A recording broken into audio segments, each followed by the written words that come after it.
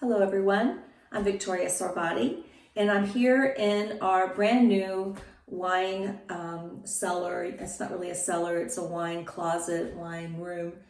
And we still need to start filling up these shelves because it's kind of bare in here.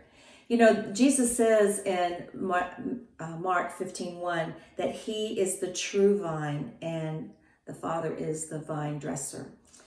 What does that mean and what was he talking about? You see, this was a really interesting thing that comes from the first century roots of the faith that I guess a lot of Christians probably don't understand. But in the temple, there were these columns, and on the columns there were these beautiful golden vines that were made of pure gold.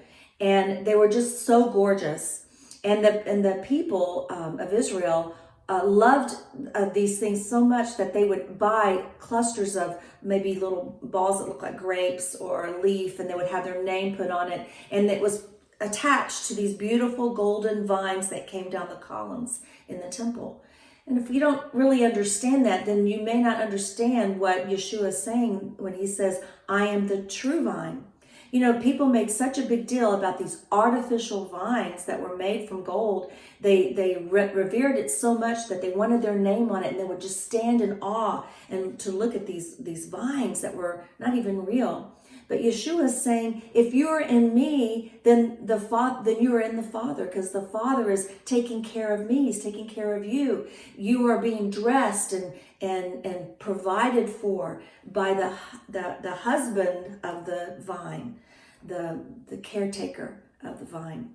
And so I think that Jesus is basically saying, you put all this effort and all this reverence into an artificial vine, but I'm the true vine. How much more should you reverence me? How much more should you be a part of who I am, and me and you and me, and attaching ourselves to the Father, who is the one that watches over us.